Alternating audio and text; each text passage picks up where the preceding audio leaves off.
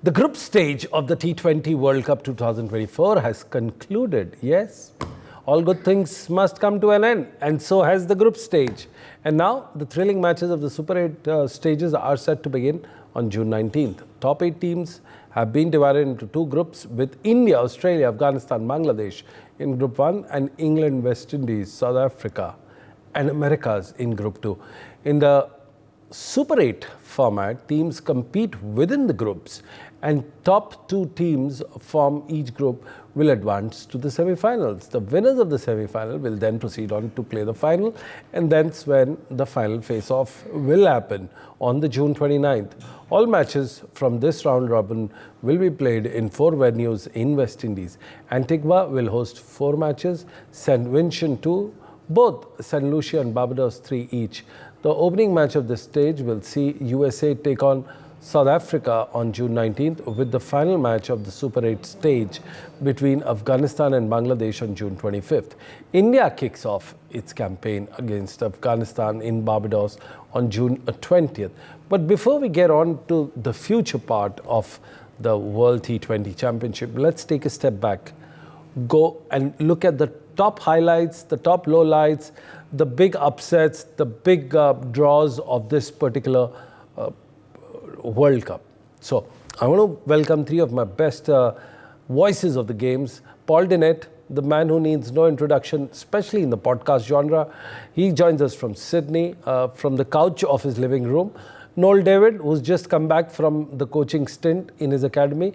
And Tanmay Mishra, who must have got his daughter off from the swimming classes in between his corporate job. Well, I welcome all 3 of you.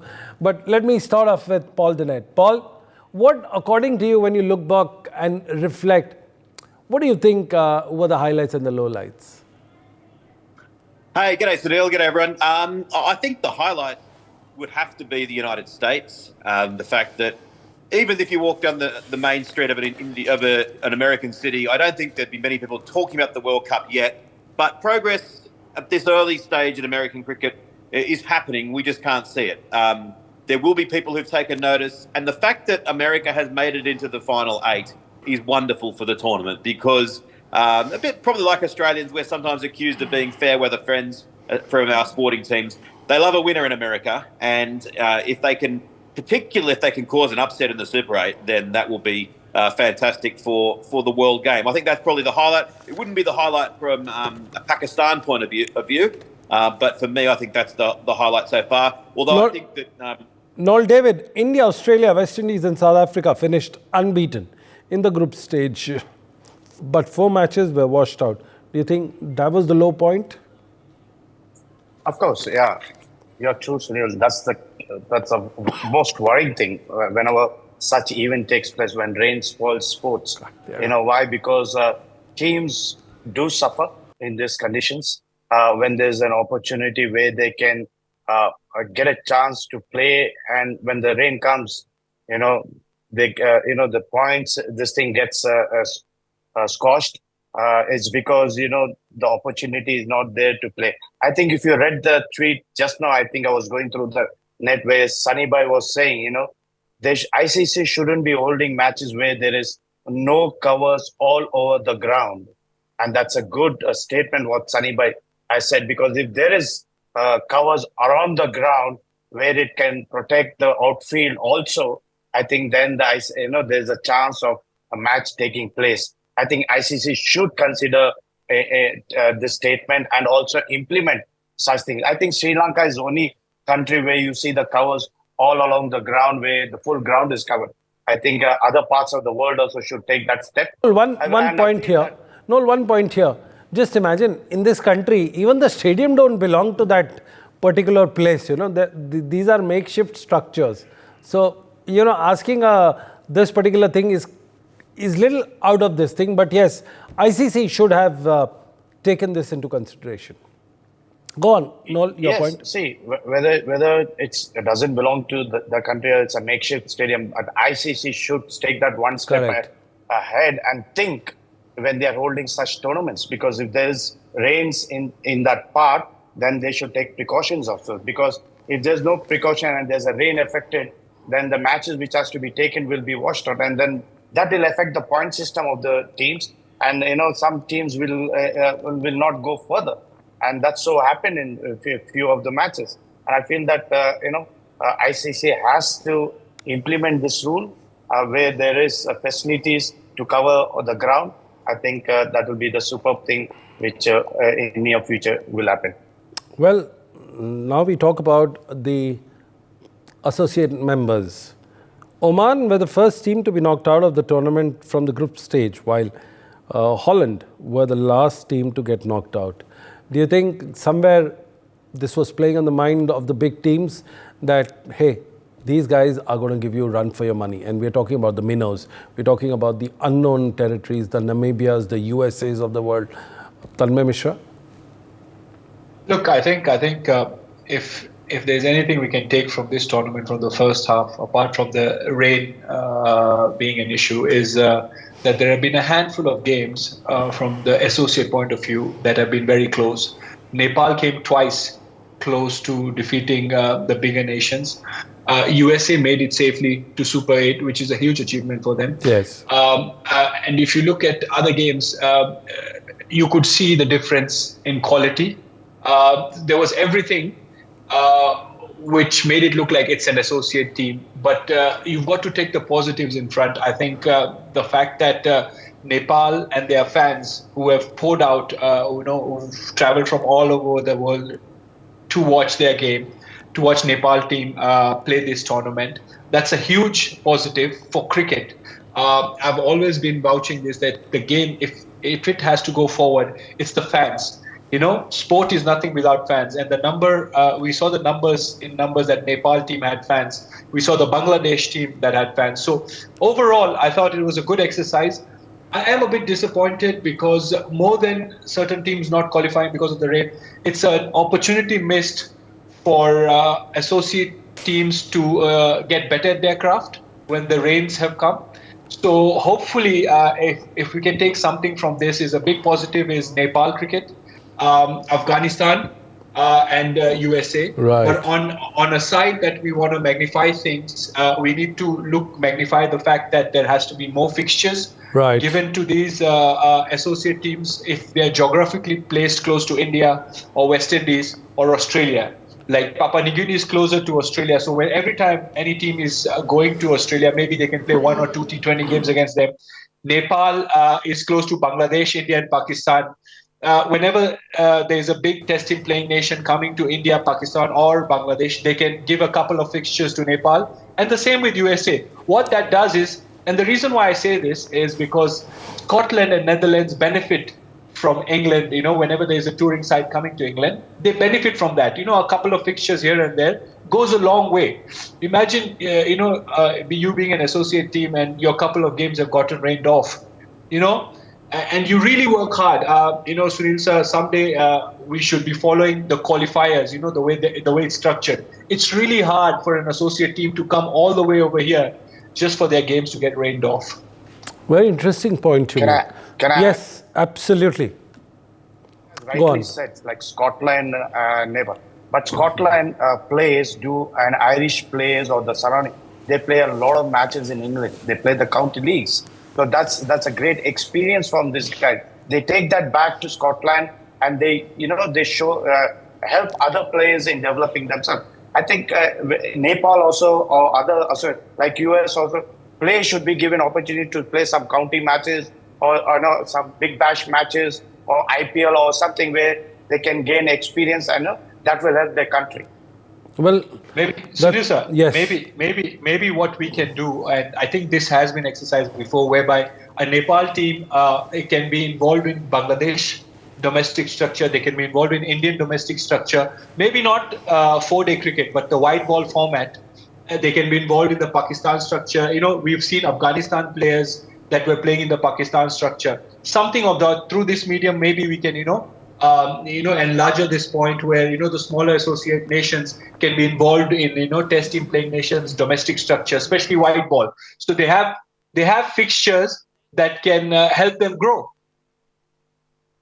These are interesting points, not only talking about the game, about the the current structure, but also in future. These are the strategy things that only former players talk about in the goodness of the game. Well, India's campaign against Afghanistan in Barbados on June 20th starts. This will be followed by a match against Bangladesh in Antigua on June 22nd. And the high crescendo, the high decibel anticipated clash against Australia will take place in St. Lucia on June 24th. Historically, the Indian team has won T20 World Cup title only once in 2007 when they defeated Pakistan in the final. Cricket fans around the world are eagerly awaiting to see if Team India can replicate their historic triumph this year. The excitement is building as the Super 8 stages promises high-octane cricket and intense competition. Well, all my three guests are with me. I'd like to go on to Paul Dennett. Paul, this T20 has been a great leveler when it comes to New Zealand and Pakistan. Early exits, some big scares, and loss of face. Just imagine previous occasions finalist and someone who's never lost in the semi-final round. Before the semi-final round has to pack before the top 8. What do you make of the entire situation? Yeah, I think it's very different for both teams. I think for New Zealand, I could put it down to these things can sometimes happen. I mean, Australia in our own World Cup a couple of years ago had about 10 bad overs in the first game against New Zealand and played pretty well for the rest of the World Cup, but ultimately didn't progress because a couple of things went against Australia. That can happen. New Zealand got caught on a difficult wicket and they just did not handle it. The Afghani bowlers were too good for them.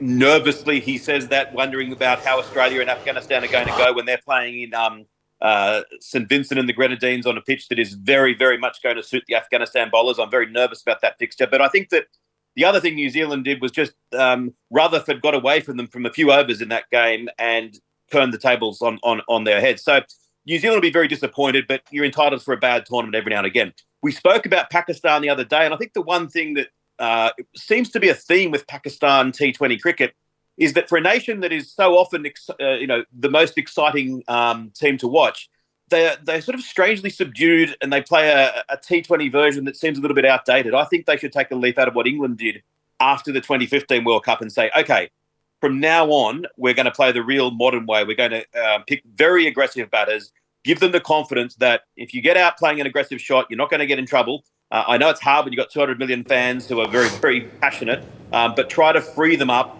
to really express themselves going forward. I think that they do need to have a little bit of a reset. Absolutely. The reset has happened. In fact, the reset after the IPL has also happened, and it's quite evident in the highest run scorers in the group stage. Number one is Gurbaz, Afghanistan, 167 runs in 4 innings. Nicholas Puran, 164 in 4 innings. Marcus Stoinis, 156. Ibrahim Zardan from Afghanistan again.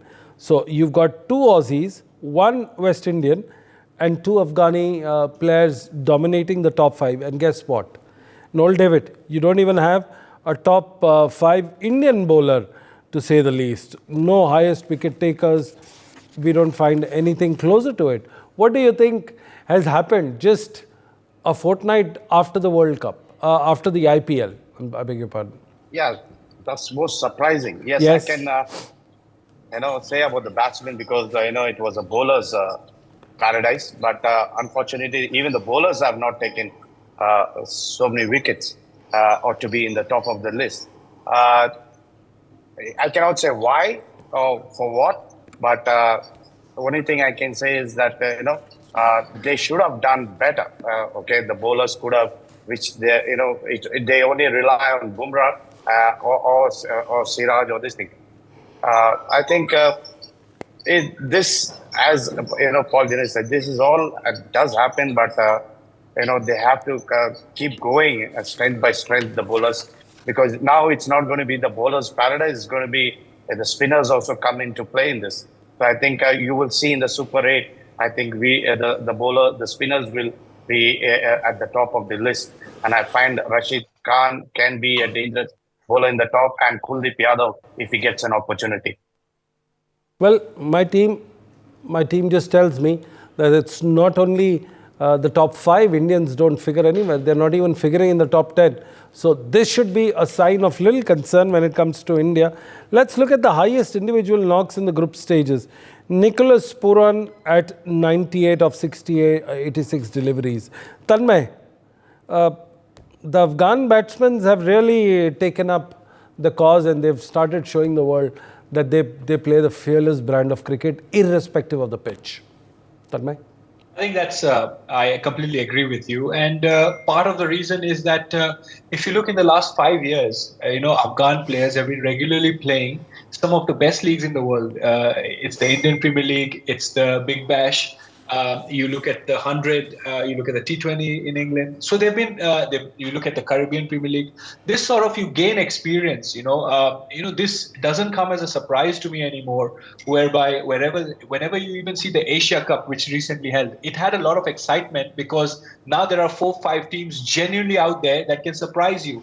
And judging by what has happened this World Cup, it's for the world cricket to take notice that Afghanistan is no longer pushovers. Although I just want to add one more point, the fact that India has played one game less compared to the other stats that you've just shown, that also could be the difference in the bowling side of things. Obviously batting, New York was a complete hassle for every batter. But as far as the bowling goes, and another positive way of looking at this is finally India is not relying on Bumrah.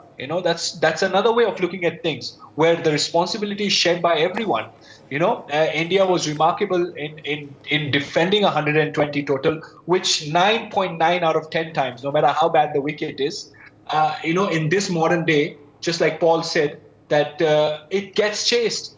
So somewhere down the line, the fact that India didn't even play their last game against Canada could have something to do with those stats. But I'm very happy for once to see that, normally you would have Indians sort of dominating these individual charts. I'm happy that these responsibilities are shared.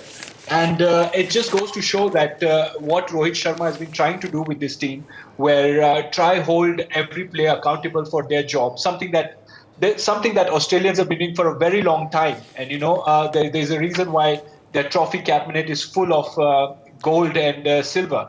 So this is a good thing for Indian cricket to go into Super 8, knowing that everyone knows their responsibility and they're sharing it.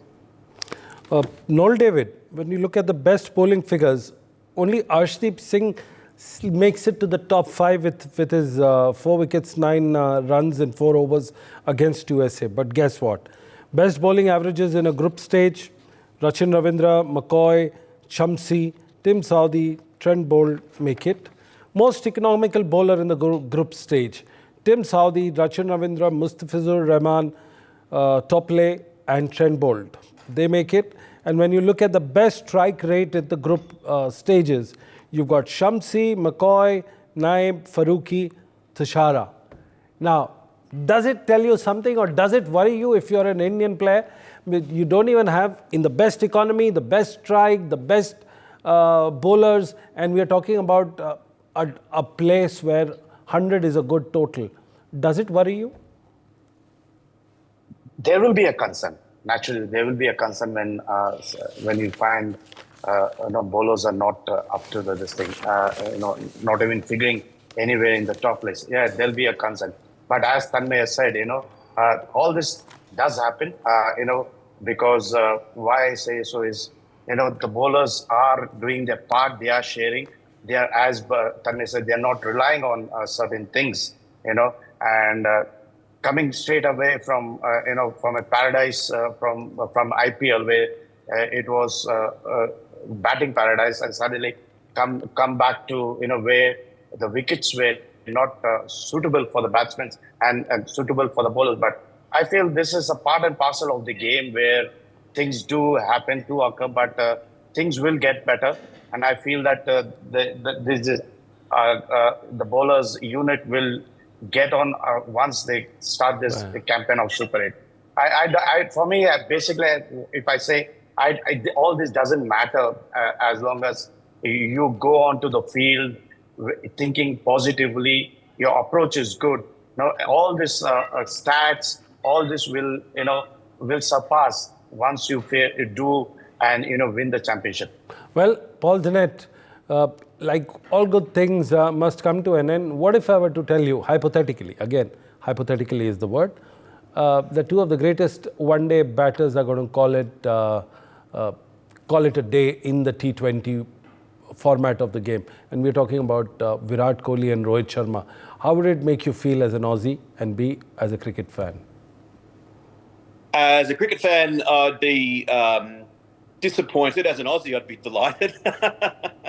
I remember being in a pub a few years ago and this old bloke just suddenly started saying, this Virat Kohli, he's too good, I hate him. There's a real Aussie bloke that really respected Virat Kohli to the point that he couldn't stand him. So Australia has such respect for Virat Kohli. We'd be amazed if he was to pull up stumps after this tournament. And I think that they should give these players some special dispensation and say, listen, as far as T20 internationals are concerned, feel free not to play a single game between now and in 2 years' time when there's the next World Cup, because you'll be playing loads of IPL. It's not like you need to play T20 internationals to keep solid at the format. And basically, if in 2 years' time you're still playing really well, we'll consider you for selection.